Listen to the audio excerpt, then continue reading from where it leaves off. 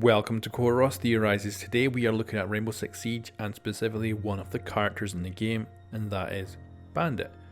And I wanted to ask, how practical are these operators? Like, if he was an actual counter-terrorism operative in real life, would he actually work? Would there be any kind of sense of reality to it at all?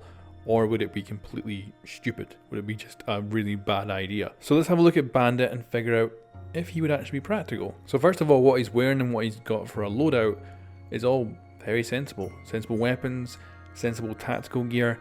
But the thing that makes him unique in Rainbow Six Siege is his battery, or his CED-1, which stands for Crude Electrical Device. And it's made up from just 3 parts. Bandit's backstory is that he was very much undercover for a lot of time and had to improvise to make weapons out of everyday parts that were lying around. So his CED-1 is made up from 3 parts. The first part is a copper housing that holds a car battery. Now, a car battery won't actually give you electrical shock. If you actually see it in movies and things like that being used for torture, that's actually completely incorrect. You can touch both terminals on a car battery and you will not get an electric shock. It just doesn't have the power. But that's where the third part of this device comes from, and that is a taser. And of course a taser will shock you. And I think it's this kind of taser and not this kind of taser. Now, the game doesn't go in detail exactly how the device is built. For instance, a taser comes with its own battery, so it doesn't say if that battery is still intact in the taser, because it could be that the car battery is just continuously recharging the taser's battery, which would make sense. Or it could be that the car battery is directly feeding the taser. Problem with this is a car battery, for instance, if you leave the lights on in your car without the engine running, the battery would die in a couple of hours.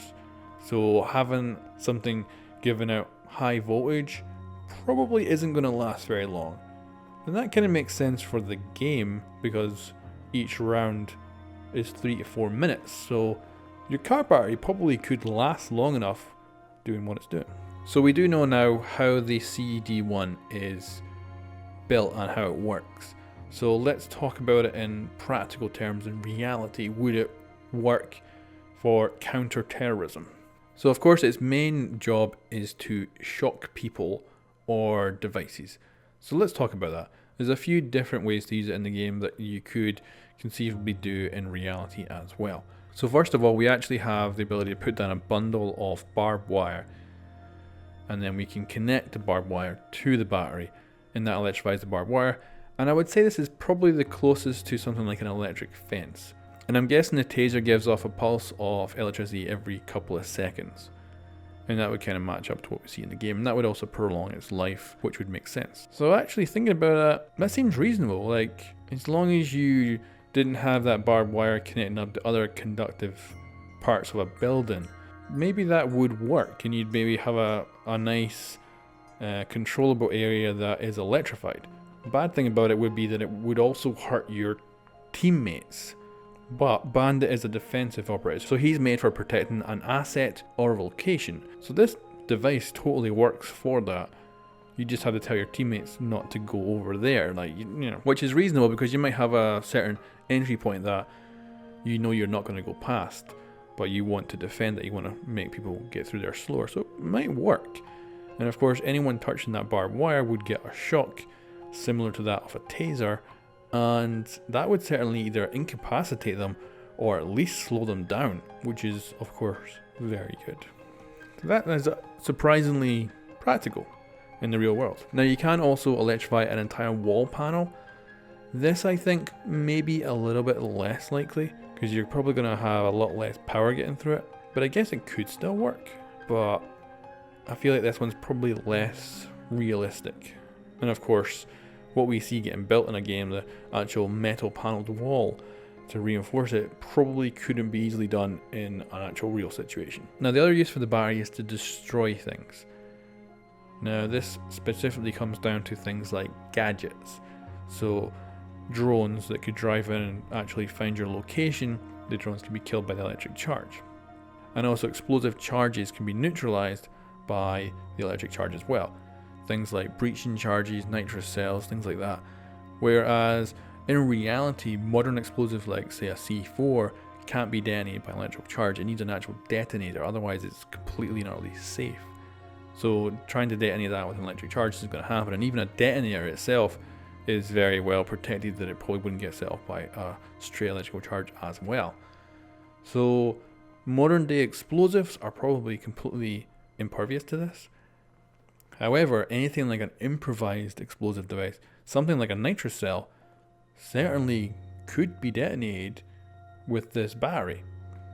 Now, in the game we actually see those nitrous cells be completely destroyed harmlessly. They don't actually detonate. In reality, they probably would detonate.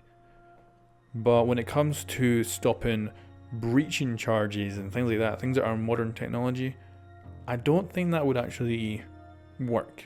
I don't think they would get set off. Now, of course, I can't test that, but I would say that's probably the case. So I think actually stopping explosives from going off is going to be completely impractical, and even if it successfully actually gets the explosive to set off early, of course that could be advantageous.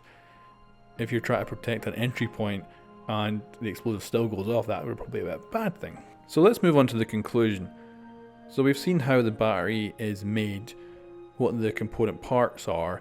It's certainly potentially practical, and potentially you could put something together that would work and actually be a real device in real reality that would work, but it would have a limited time span of how long it would actually work for.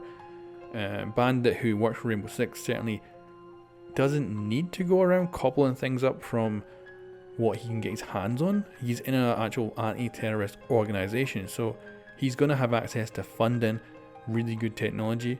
Like, you could replace that car battery with a modern day battery that could hold a lot more charge and last for a lot longer.